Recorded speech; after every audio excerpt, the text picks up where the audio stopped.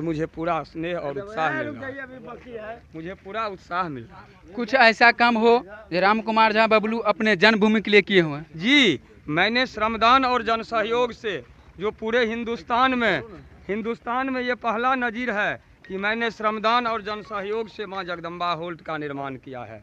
मैं अपने शक्तिपीठ का राजकीय दर्जा दिलाने के लिए काम कर रहा हूँ।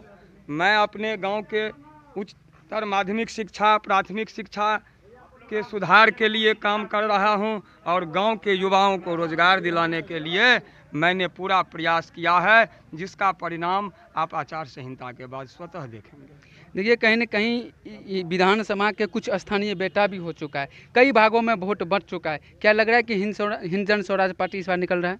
देखिए, कुछ लोग चुनाव लड़ रहे हैं, कुछ लोग शौकिया काम कर रहे हैं। मैं 17वीं विधानसभा के निर्वाचन में भाग लिया हूँ, इसमें लड़ा नहीं जाता है।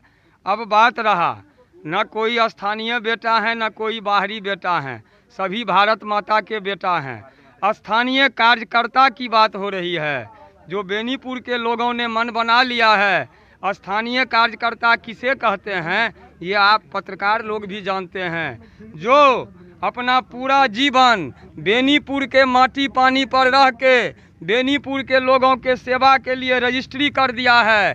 तो हम 14 प्रत्याशी निर्वाचन में हैं इस बार बेनीपुर से, और जनता जनार्दन स्पष्ट पूछ रहे हैं सारे प्रत्याशियों से कि आप सीधे पार्टी और जाति के नाम पर टिकट खरीद के आ गए हैं, आप समाज सेवा में कितने दिनों से हैं?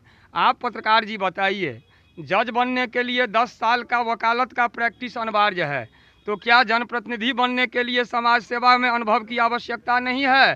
तो लोगों ने 14 प्रत्याशी में खुद ही चयन कर लिया है कि राम कुमार झा बेनीपुर का अस्थायी सामाजिक कार्यकर्ता है, जिसने अपना पूरा जवानी 20 साल बिता दिया है। और मैं जीत और हार के बाद भी बेनीपुर के धरती पर रह के बेनीपुर की लोगों के सेवा के लिए संकल्पित हूँ। ऐसी बात नहीं है कि चुनाव परिणाम के बाद मैं अपने रोजगार में चला जाऊंगा। मेरा तो कर्म धर्म जीवन सब कुछ बेनीपुर के जनता जनार्दन की सेवा है। तो स्थानीय कार्यकर्ता चाहिए, अस्थायी कार्यकर्ता चाहिए, उस कार्यकर्ता के रूप में लोगों का प्यार और स्नेह मुझे मिल रहा है। आरजेडी गठबंधन बता रहा है कि हम 10 लाख नौकरी देंगे, फिर अगले दिन बीजेपी से मनोज तिवारी बोलते हैं कि हम 19 लाख नौकरी देंगे। क्या आपको लग रहा है कि सही बोल रहा है या हवा देखा जाए, चुनाव आयोग को इस पर पहल करना चाहिए।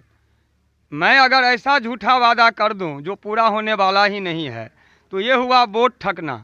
पहले ये लोग पार्टी और जाति के नाम पर वोट ठगते थे, अब प्रलोभन देके वोट ठगना चाहते हैं। 15 साल जब लालू जी की सरकार थी तो बिहार में अपहरण उद्योग चलता था, बिहार जंगल राज का पर्याय बन गया था, लोगों की माँ बहनें सुरक्षित नहीं थी और हमारे यहाँ के युवा रोजगार के लिए पलायन कर गए। तो अब ये किस मुंह से बात करते हैं कि मैं रोजगार दूंगा? अरे पहले खुद शिक्षित बने। और ये लोग पार्टी नहीं, private limited, family limited company चला रहे हैं। ये जो राजद के लोग बात करते हैं तो इनका चरित्र तो बिहार के लोगों ने देख लिया। अब बात रही एनडीए की, तो ये तो जाति और धर्म और संप्रदाय के नाम पर राजनीति करते हैं, पलटू राम हैं। इन्हें सिद्धांत से कोई वास्ता नहीं है, इन्हें केवल सत्ता प्रिय है। मैं केवल उतना ही बात करता हूँ जो काम मैंने किया है, जो प्रमाण मेरे पास है, और वही वादा भी करता हूँ जो संभव है। मैं वोट ठगने के लिए नहीं, मैं सेवा के लिए आया हूँ और मेरा पूरा जीवन समाज सेवा में बीतेगा।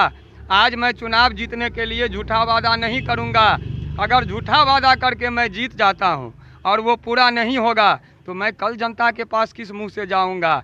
और ये लोग तो विधायक का पद शौक से चाहते हैं मैं श्रृंगार करूँ, लोगों को स्टेटस दिखाऊँ। विधायक पद मैं श्रृंगार और शौक से नहीं, मैं जनसेवा में हूँ, मुझे सेवा के लिए और शक्ति की आवश्यकता है। इसलिए मैं विधायक पद का प्रत्याशी हूँ कि मुझे मौका मिलेगा तो मैं बेनीपुर जिला निर्माण के लिए, बेनीपुर के युवाओं को रोजगार के लिए, गुणवत्ता युक्त शिक्षा के लिए, बेनीपुर के विकास के लिए, भ्रष्टाचार दूर करने के लिए, जनता को सहज लोक प्रशासन की सेवा दिलाने के लिए, मैं बेनीपुर को विकसित बनाने के लिए, आदर्श बनाने के लिए मुझे जनता की शक्ति की आवश्यकता है। इसीलिए मैं चुनाव में भाग ले रहा हूँ। बहुत बहुत धन्यवाद।